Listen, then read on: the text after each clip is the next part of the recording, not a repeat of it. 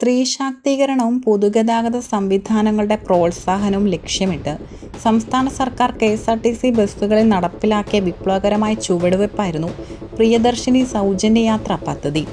സാധാരണക്കാരായ സ്ത്രീകളുടെ യാത്രാചെലവ് പൂർണ്ണമായും ഒഴിവാക്കിക്കൊണ്ട് അവരുടെ സാമ്പത്തിക സ്വാതന്ത്ര്യം ഉറപ്പുവരുത്തുക എന്നതായിരുന്നു ഈ ജനപ്രിയ പദ്ധതിയുടെ പ്രധാന ലക്ഷ്യം. എന്നാൽ ഒരു വശത്ത് ഈ പദ്ധതി വലിയ രീതിയിൽ ജനപ്രീതി ആർജിച്ചപ്പോൾ മറുവശത്ത് സംസ്ഥാനത്തെ പൊതുഗതാഗത സംവിധാനത്തിൻ്റെ മറ്റൊരു നിർണായക തൂണായ സ്വകാര്യ ബസ് മേഖല കനത്ത പ്രതിസന്ധിയിലായി. പദ്ധതി നടപ്പിലാക്കിയതിനെ തുടർന്ന് ഉടലെടുത്ത സാമ്പത്തിക പ്രതിസന്ധികളും തർക്കങ്ങളും പരിഹരിക്കാൻ സർക്കാർ ഇപ്പോൾ ഒരു വിദഗ്ധ സമിതിയെ നിയോഗിച്ചിരിക്കുകയാണ്. സ്വകാര്യ ബസ് മേഖലയിലെ തകർച്ച കേരളത്തിലെ ഗതാഗത ശൃംഖലയിൽ, പ്രത്യേകിച്ച് ഗ്രാമീണ മേഖലകളിൽ KSRTCയേക്കാൾ കൂടുതൽ സർവീസ് നടത്തുന്നത് സ്വകാര്യ ബസ്സുകളാണ്. എന്നാൽ പ്രിയദർശിനി പദ്ധതി യാഥാർത്ഥ്യമായതോടെ സ്വകാര്യ ബസ്സുകളിലെ സ്ഥിരം യാത്രക്കാരായ സ്ത്രീകളിൽ ഭൂരിഭാഗവും KSRTC സർവീസുകളെ ആശ്രയിക്കാൻ തുടങ്ങി. ഇത് സ്വകാര്യ ബസ്സുകളുടെ വരുമാനത്തെ നേരിട്ട് ബാധിച്ചു. സ്വകാര്യ ബസ് ഉടമകളുടെ സംഘടനകൾ ഉന്നയിക്കുന്ന പ്രധാന പ്രശ്നങ്ങൾ ഇവയാണ്. പദ്ധതി നിലവിൽ വന്നതോടെ തങ്ങളുടെ റൂട്ടുകളിൽ യാത്രക്കാരുടെ എണ്ണം പകുതിയിലധികമായി കുറഞ്ഞുവെന്ന് ബസ് ഉടമകൾ വ്യക്തമാക്കുന്നു. ദിവസേനയുള്ള കളക്ഷൻ പകുതിയായി ചുരുങ്ങിയത് ബസ് വ്യവസായത്തിൻ്റെ നിലനിൽപ്പിനെ തന്നെ ബാധിച്ചിരിക്കുകയാണ്. ഒരു വശത്ത് വരുമാനം കുത്തനെ ഇടിയുമ്പോൾ മറുവശത്ത് വിപണിയിലെ ഇന്ധനവില വർധനവും സ്പെയർ പാർട്സുകളുടെ വിലക്കയറ്റവും ജീവനക്കാരുടെ ശമ്പളവും ചേർന്ന് ദൈനംദിന സർവീസുകൾ പോലും മുന്നോട്ട് കൊണ്ടുപോകാൻ കഴിയാത്ത അവസ്ഥ സൃഷ്ടിക്കുന്നു. KSRTC സർവീസുകളുള്ള ഒട്ടുമിക്ക പ്രധാന റൂട്ടുകളിലും സ്വകാര്യ ബസ്സുകൾ സർവീസ് നടത്തുന്നുണ്ട്. സൗജന്യയാത്ര ലഭ്യമായതിനാൽ ദീർഘദൂര സർവീസുകളിലും ഓർഡിനറി റൂട്ടുകളിലും സ്ത്രീകൾ പൂർണ്ണമായും KSRTCയെ തിരഞ്ഞെടുക്കുന്നത് സ്വകാര്യ ബസ്സുകളെ ശൂന്യമാക്കുന്നു. തങ്ങളുടെ പരാതികൾ പലതവണ അധികൃതരുടെ മുന്നിൽ എത്തിച്ചിട്ടും കൃത്യമായ പരിഹാരം ഉണ്ടാകാത്തതിനെ തുടർന്ന് സ്വകാര്യ ബസ് ഉടമകൾ ശക്തമായ സമരപരിപാടികളിലേക്ക് നീങ്ങിയിരിക്കുകയാണ്. കഴിഞ്ഞ ദിവസം കോഴിക്കോട് ജില്ലാ ബസ് ഓപ്പറേറ്റേഴ്സ് അസോസിയേഷന്റെ നേതൃത്വത്തിൽ നടന്ന വൻ പണിമുടക്കും പ്രതിഷേധ മാർച്ചും ഇതിന്റെ തെളിവാണ്. വരും ദിവസങ്ങളിൽ സംസ്ഥാന വ്യാപകമായി സർവീസുകൾ നിർത്തിവെച്ചുള്ള സമരത്തിലേക്ക് നീങ്ങുമെന്ന മുന്നറിയിപ്പും ബസ് ഉടമകൾ നൽകിയിട്ടുണ്ട്.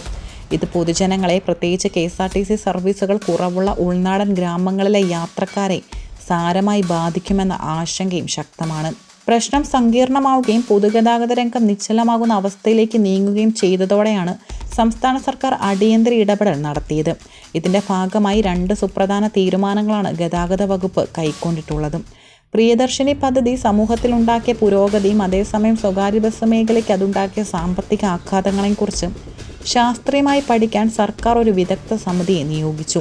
KSRTCയുടെയും സ്വകാര്യ ബസ്സുകളുടെയും കളക്ഷൻ വിവരങ്ങൾ, യാത്രക്കാരുടെ എണ്ണത്തിലുണ്ടായ വ്യത്യാസം, റൂട്ടുകളിലെ പുനഃക്രമീകരണ സാധ്യതകൾ എന്നിവ ഈ സമിതി പരിശോധിക്കും. പ്രശ്നങ്ങൾക്ക് അടിയന്തരവും സമാധാനപരമായ ഒരു പരിഹാരം കണ്ടെത്തുന്നതിനുമായി ഈ മാസം 13-ാം തീയതി ഗതാഗത വകുപ്പിന്റെ നേതൃത്വത്തിൽ സ്വകാര്യ ബസ് ഉടമകളുടെ പ്രതിനിധികളുമായി പ്രത്യേക ചർച്ച നടത്തും. ഇരുവിഭാഗത്തിനും സ്വീകാര്യമായ ഒരു മധ്യസ്ഥ ഫോർമുല വികസിപ്പിച്ചെടുക്കുകയാണ് ഈ യോഗത്തിന്റെ ലക്ഷ്യം. വിദഗ്ധ സമിതിയുടെ റിപ്പോർട്ട് വരുന്നതോടെ പദ്ധതിയിൽ ചില പ്രായോഗിക മാറ്റങ്ങൾ വരുത്താൻ സർക്കാർ നിർബന്ധിതരായേക്കും. അതിൽ ചില പ്രധാന സാധ്യതകൾ ഇവയാണ്. KSRTCയും സ്വകാര്യ ബസ്സുകളും ഒരേ സമയത്ത് മത്സരിച്ചോടുന്ന റൂട്ടുകളിൽ സമയക്രമത്തിലും സർവീസുകളിലും മാറ്റം വരുത്തുക. വരുമാന നഷ്ടം നേരിടുന്ന സ്വകാര്യ ബസ്സുകൾക്ക് റോഡ് നികുതിയിലോ ഇന്ധനത്തിലോ താൽക്കാലിക ഇളവുകൾ നൽകുക. എല്ലാ KSRTC ബസ്സുകളിലും പൂർണ്ണ സൗജന്യം നൽകുന്നതിന് പകരം നിർദ്ദിഷ്ട സർവീസുകളിലോ അല്ലെങ്കിൽ സ്മാർട്ട് കാർഡുകൾ വഴിയുള്ള ഭാഗിക സബ്സിഡി സംവിധാനത്തിലേക്കോ പദ്ധതിയെ മാറ്റുക. സ്ത്രീകളുടെ ക്ഷേമം മുൻനിർത്തി നടപ്പിലാക്കിയ പ്രിയദർശിനി സൗജന്യയാത്രാ പദ്ധതി നിർത്തിവെക്കാൻ സർക്കാരിന് കഴിയില്ല. കാരണം അത് സർക്കാരിൻ്റെ അഭിമാന പദ്ധതികളിൽ ഒന്നാണ്. എന്നാൽ ആയിരക്കണക്കിന് തൊഴിലാളികളും ഉടമകളും ആശ്രയിച്ച് ജീവിക്കുന്ന സ്വകാര്യ ബസ് വ്യവസായത്തെ തകർച്ചയിലേക്ക് തള്ളിവിടാനും സർക്കാരിന് കഴിയില്ല. വിദഗ്ധ സമിതി സമർപ്പിക്കുന്ന റിപ്പോർട്ടിൻ്റെയും ഈ മാസം 13-ന് നടക്കുന്ന ചർച്ചയുടെയും അടിസ്ഥാനത്തിൽ സ്ത്രീകളുടെ സൗജന്യയാത്രയും സ്വകാര്യ ബസ് മേഖലയുടെ നിലനിൽപ്പും ഒരുപോലെ ഉറപ്പാക്കുന്ന ഒരു സമഗ്രമായ തീരുമാനം ഉണ്ടാകുമെന്നാണ് പൊതുസമൂഹം പ്രതീക്ഷിക്കുന്നത്.